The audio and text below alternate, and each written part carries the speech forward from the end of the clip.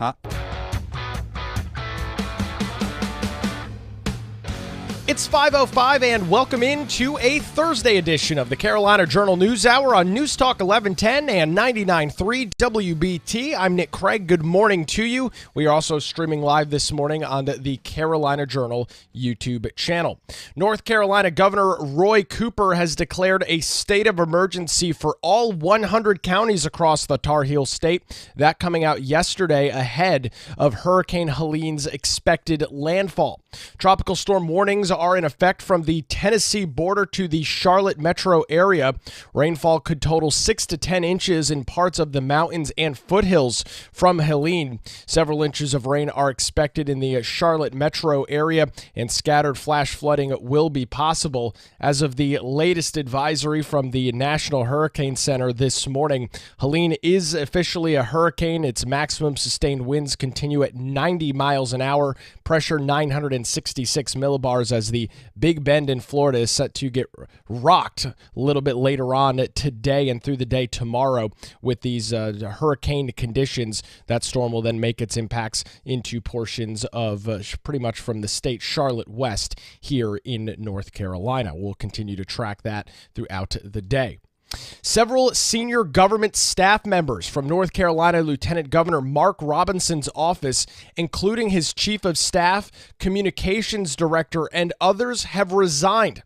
This follows departures of a majority of his campaign staff earlier in the week. And of course, that's all based on allegations of inappropriate posts made on a porn website in the 2000s by the lieutenant governor. Robinson urged Republicans to stay focused on policy and announced earlier this week that he was going to be hiring a legal team to investigate CNN, to investigate the story and find the root cause.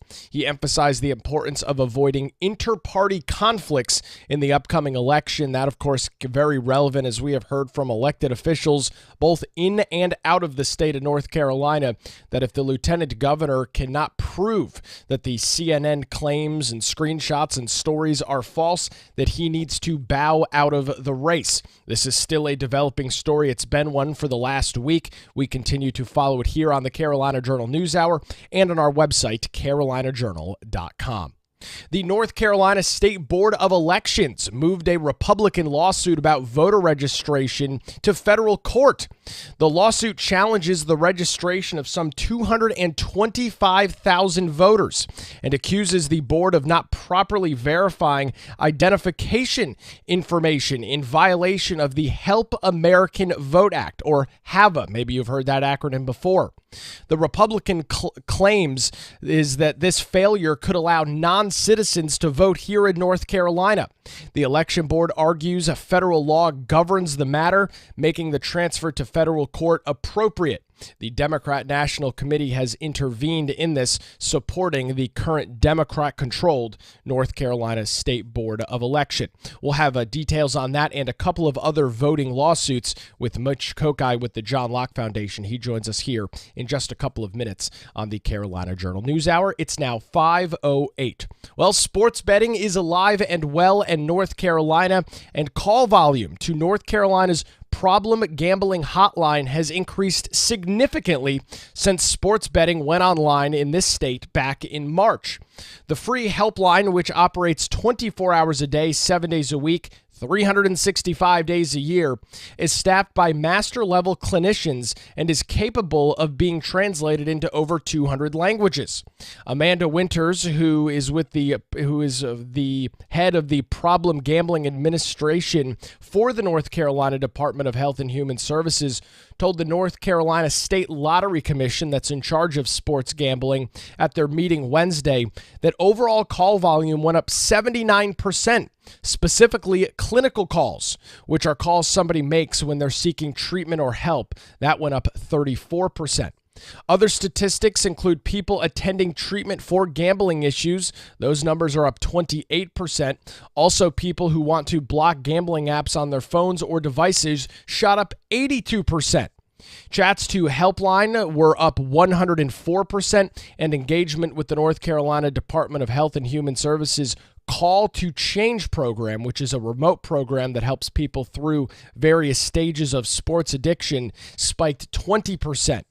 She said while call volume went up, calls related to the state lottery stayed about the same compared to fiscal year 23 in comparison to fiscal year 24. 63% of people called the hotline about scratch-off tickets, 10% about draw games, and 5% about fast play games. Only 4% of the calls to the gambling helpline were about digital instant games offered through the North Carolina Lottery. Winters said 60% of people who called the helpline who were experiencing problems with the lottery found the number on the back of a lottery ticket. A further breakdown of where the most calls come from were revealed. New Hanover County, that's where Wilmington is located, Buncombe and Johnston counties had the most calls in the state unrelated to the lottery versus Guilford, Forsyth, and Durham, who called specifically about the lotteries. Winters added that unlike in past years when the lottery was the primary gambling preference of North Carolina citizens, sports betting took the lead this year, with calls going up 88%. In 2003, 60 people called about it. You'll note that, of course, in 2003, sports betting was not legal in the state, as opposed to 155 this year. The average age for a caller for the helpline with problems with sports betting is between the ages of 33 and 55, but there was a 33% increase in people in that age range between 25 and 44 calling in.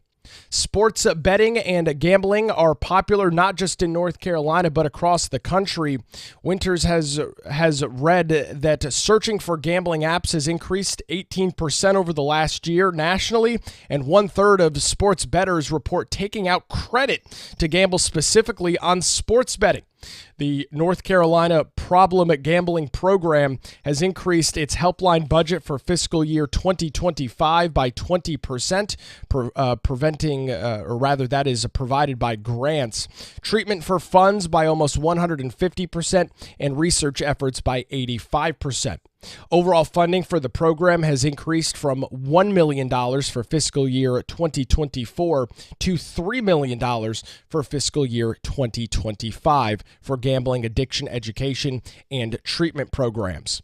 She also said that the North Carolina Department of Health and Human Services has partnered with ECU, East Carolina University, and Birches Health, a New Jersey mental health organization, providing nationwide virtual gambling addiction treatment to pilot the first of its kind metric-based treatment program to evaluate both the treatment systems and the outcomes of those who engage with treatment. Winters said the partnership with ECU, which includes the director of the university's Gambling Research and Policy Institute, shows that research done revealed college students, including 12% of males and 6% of females, are at the risk for gambling issues, while 16% of student athletes, compared to 8% of non-student athletes, are at risk of developing or experiencing a problem with sports betting. She said an NCAA-approved program facilitated by Epic Risk Management that focused on student athletes in colleges and universities had facilitated helping those struggling with gambling and how it impacts their careers, showed that over 90% of students and 100% of staff felt that they had excellent awareness after the session in recognizing harmful gambling and feeling confident that they could help others or seek help themselves. That is one of our top stories this morning over at CarolinaJournal.com. You're listening to the Carolina Journal News Hour. It's 5:13, News Talk 1110 and 99.3 WBT. Time for a look at traffic with Boomer Von Cannon. Hey, thank you, Nick. Have a good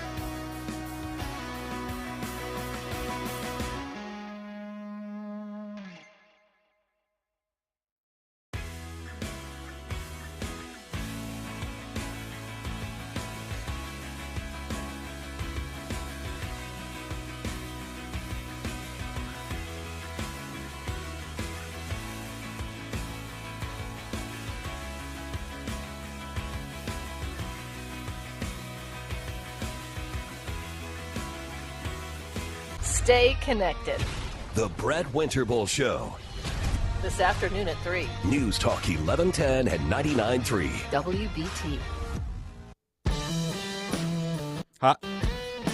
It's 5:20. Welcome back to the Carolina Journal News Hour on News Talk 1110 and 99.3 WBT. The top national story this morning continues to be Hurricane Helene. That storm is currently making its way towards the Big Bend in Florida, and North Carolina will be dealing with some impacts of that coming up. Governor Roy Cooper declaring a state of emergency yesterday for all counties, all 100 counties here in the state of North Carolina. Tropical storm warnings are up from the mountains, the Tennessee border, up towards the Charlotte metro area. Rainfall in some areas could be 6 to 12 inches from Helene and other areas of the state. Scattered flash flooding will be possible. That storm is expected to make its impacts on portions of Florida today. We'll be tracking that throughout the day today and through tomorrow here on WBT. Taking a look at some other news this morning, former President Donald Trump was at the Mosac Group manufacturing plant in Mint Hill yesterday. The former president focused on appealing to middle-class workers, and he highlighted his administration's replacement of NAFTA with the USMCA. In 4 short years, I ended NAFTA, the worst trade deal ever made, and replaced it with the USMCA, considered the best trade deal ever made, kept you in business. And I stood up to China like never before, including by imposing a 22% tariff on all Chinese furniture imports, saving the North Carolina furniture industry, what was left of it. Obviously, the former president continuing in his efforts to protect American manufacturing jobs through tariffs on foreign imports, and he talked more about bringing those jobs back to America. If you don't make your product here, then you will have to pay a tariff when you send your product into the United States, and we will take in hundreds of billions of dollars into our treasury and use that money to benefit American citizens. But really what's going to happen is they're going to end up building their factory here so they don't have to pay the tariff. That's really what's going to happen, most of it. The former president in Mint Hill yesterday. He was in Wilmington on Saturday, his second visit to the state in less than a week. J.D. Vance, 2 events in the Charlotte area on Monday, and the vice president's husband was in Wilmington yesterday as well. North Carolina continuing to shake out as a major battleground state here across the country, and you can expect more visits likely from both Democrat and Republican candidates as we continue towards Election Day. Early voting beginning on October the 17th, ahead of Election Day on November the 5th. Since online sports betting launched here in North Carolina back in March, calls to the state's gambling helpline have surged by 79%, with sports betting overtaking the lottery as the leading cause of these calls. The number of people seeking help through clinical calls rose 34%, and related treatment programs have seen a 28% increase in attendance. The state has significantly bolstered its budget for gambling addiction prevention and treatment, partnering with ECU and organizations to expand services and research. It's now 5:23 on the Carolina Journal News Hour. With Election Day just 40 days away and the start of early voting 21 days away, there are still a lot of lawsuits that could impact the 2024 general election. To get details on what exactly is going on with all those various legal challenges, both state and federally, I'd like to welcome Mitch Kokai with the John Locke Foundation back to the Carolina Journal News Hour this morning. Mitch, short runway here until the election, but there's some still pretty big outstanding cases, yeah? Certainly, and the biggie is voter ID. Most of us are expecting that we're going to have to present ID when we vote this fall, but there's a potential that we won't. U.S. District Judge Loretta Biggs had a trial back in May in a federal lawsuit challenging voter ID, and Biggs, who has proven from earlier rulings that she's no fan of voter ID, has yet to issue a decision. She will likely issue a decision between now and Election Day. And if she sides against voter ID, Republicans who lead the state General Assembly have asked her to at least issue a stay going along with that ruling so it can be appealed. But there's no necessarily a guarantee that she would do that. So she may throw the voter ID issue into chaos close to Election Day if she issues a ruling. So that's the biggie. And then probably the second most important thing to see resolved potentially between now and Election Day are one or more of 4 lawsuits that the Republican National Committee and North Carolina Republican Party have filed against the State Board of Elections. One of them deals with cleaning up voter rolls after finding out that some people filling out juror questionnaires said they couldn't be jurors because they're not citizens. The RNC and NCGOP say that the State Board of Elections hasn't done an appropriate job of making sure that those folks are also not voters. If they can't be jurors, they can't be voters either. The second one, which it probably is the biggest at this point, is the one that says that because of voter registration form problems, that as many as 225,000 registered voters potentially could have problems with their voter registration. Now, no one's saying that there are 225,000 people who shouldn't be able to vote, but there is potentially a concern that some, even if it's just a handful of those voters, are not eligible and were allowed to register to vote. So that's a second lawsuit. There's a third lawsuit that deals with the envelope that voters who cast mail-in absentee ballots must use. There is a procedure that's prescribed by law. The lawsuit that Republicans filed against the State Board of Elections said that the policy that the Elections Board is using doesn't follow the law.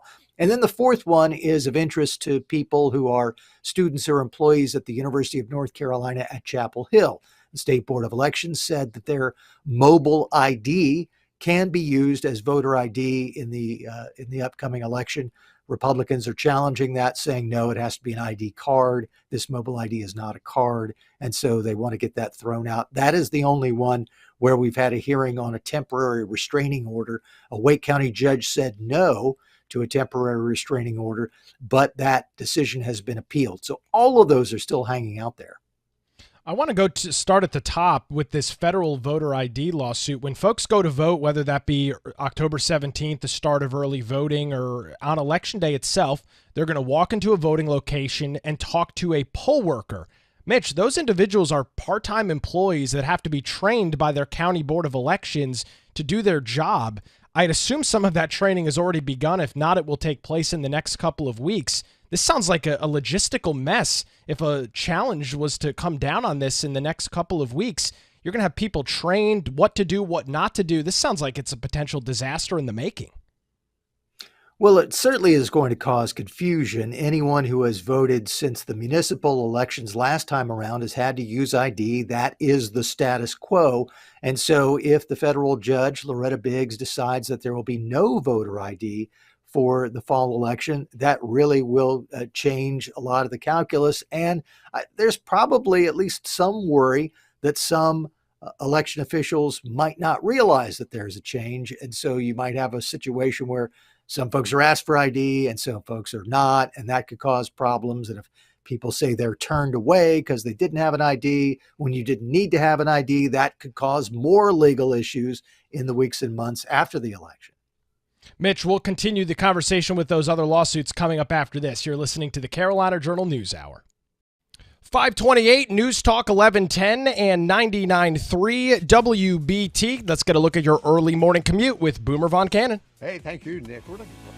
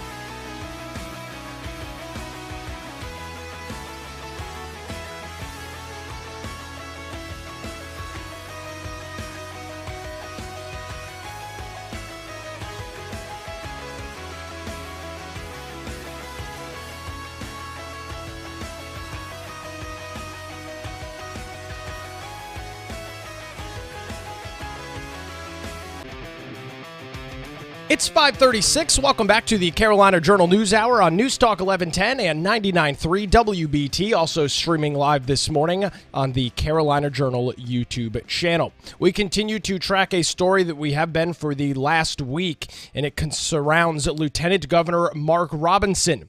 Sources close to the Lieutenant Governor's official office, not his campaign, but his Lieutenant Governor's office, confirmed to the Carolina Journal yesterday afternoon that senior members of the Lieutenant Governor's staff are resigning. Among them are his Chief of Staff and General Counsel Brian LeVecchi, who has been with Robinson since he took office in 2021. The resignations also include Robinson's Communication Director, Policy Director, and Director of Government Affairs. Those resignations will come days after, for all intents and purposes, the entire campaign staff, senior campaign staff for the gubernatorial race that Mark Robinson is currently in, resigned as well. Over the weekend, 4 key senior staff members quit, including his general consultant and senior advisor, campaign manager, finance director, and deputy campaign manager. This exodus from the lieutenant governor follows a story that broke late last week, alleging that Robinson made a series of inflammatory and lewd comments on a porn website back in the early 2000s. Earlier on Wednesday, Robinson posted a video of himself speaking into a laptop, saying he was urging Republicans to stay focused on policies.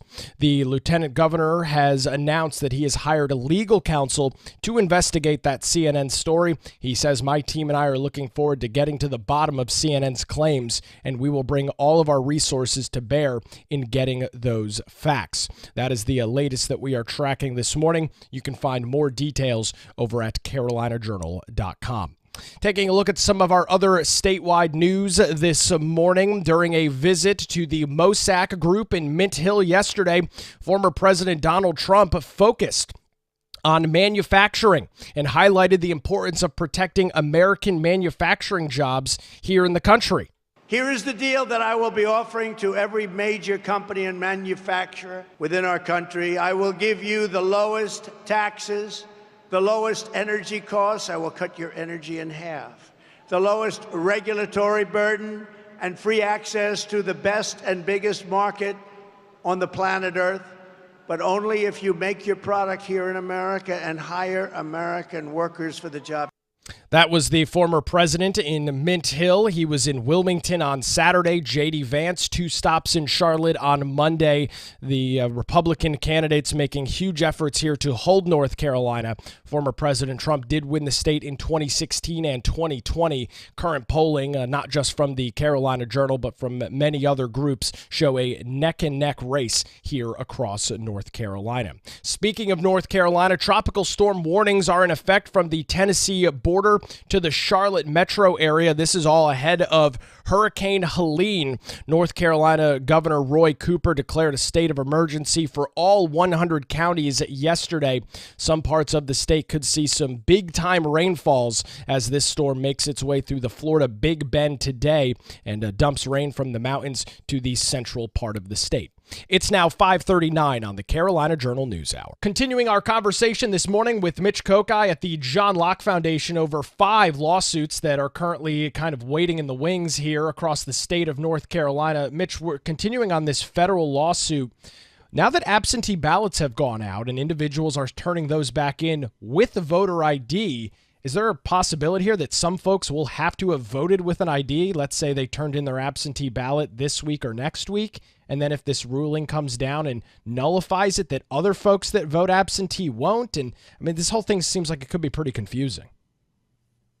There certainly is that possibility that's out there, and that's one of the reasons why I think some people have been so concerned that Judge Biggs has not issued a ruling yet. Her trial was back in May. Certainly, even if it takes her time to write up the ruling, and we know that some of these federal court rulings could be dozens, if not hundreds of pages long, she could have come out with a decision and said, here's what's going to happen with voter ID. I will follow up with my official order later. She hasn't done that. We actually haven't seen anything filed at all in this case since early August. And so we're just waiting to see what happens with Judge Biggs. But yes, disaster might be putting it a little bit in too stark terms, but certainly would cause confusion and chaos. And I think if some people have to vote with voter ID and some do not, you could open North Carolina up to more litigation later after the election if someone tries to score a political point one way or another.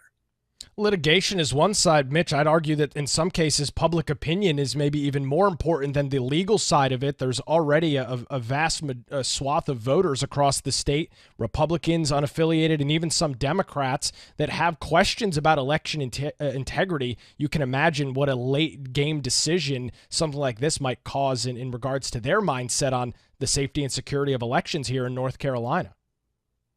Especially if they were expecting voter ID to be in place based on what happened with the municipal elections last year and with the primary elections this year. Someone shows up, pulls out the ID, someone tells them, no, you don't need an ID. That's going to cause a lot of head scratching for people who haven't been following this very closely. And I don't blame them for not following it that closely when we're not that close to election season. Turning our attention to one of the 4 RNC NC GOP lawsuits of voter rolls, kind of keeping on that election integrity thread. Mitch, that's not only a discussion that's happening here in North Carolina, it seemingly is happening in states all across the U.S. What's the latest on that lawsuit right now? Yeah, the most interesting thing about that one is that there was no temporary restraining order sought. So at this point, it's not clear whether this is going to be resolved before the election or not. As we talked about, 4 different lawsuits filed by the state Republican Party and the Republican National Committee against the State Board of Elections. One of the latest developments is that case that we're talking about, which deals with as many as 225,000 voter registrations. The State Board of Elections had that case moved, or in the official language, removed from state court to federal court. So now it moves up to the feds. We'll see what happens as it goes before U.S. District Judge Terrence Boyle in the Eastern District. But right now, we don't know whether that's going to be resolved before the election day. There are 3 other cases that we talked about. All of those remain in state court, and it's unclear whether any of them will be resolved before Election Day. The only one where we've already had a hearing, and it looks like there will be potentially some resolution before Election Day, is the one about the UNC mobile IDs. A Wake County Superior Court judge said, yes, it's fine to have those IDs, but the Republicans are appealing, and they have tried to seek an expedited schedule so that there will be some sort of ruling before early voting starts. I think the UNC Chapel Hill ID case is rather interesting. It's a digital ID, which makes sense. We're in the year 2024. Everything is digital. Everything's on your phone now. However, the argument, Mitch, is state law says a valid form of voter identification. Most folks, that means a driver's license, which are not, of course, available digitally. You've got to have that physical card in your wallet. Could this potentially open the door for digital IDs in the future with that are outside of the UNC system potentially? It's possible, and one of the justifications that the State Board of Elections made when it voted 3-2, Democrats in favor, Republicans against, in approving this UNC ID was that, hey, we're moving to this era of digital IDs. North Carolina is going to have a digital driver's license in the not too distant future. So why not allow this ID, which according to the state board complies with everything else that was required in state law? Why not allow that to be the ID? What Republican board members and this lawsuit say is that's not what the law says. The law does not allow some form of digital ID. It has to be a document, it has to be some sort of card. And so you have to comply with the law, not just say, oh, well, this seems to comply, so let's count it. All of these stories continuing to be tracked. You can read the latest details over at carolinajournal.com. 5:44 on the Carolina Journal News Hour, News Talk 1110 and 99.3 WBT. Time for another look at the roads with Boomer Von Cannon. Hey, thanks, Nick. We're looking great on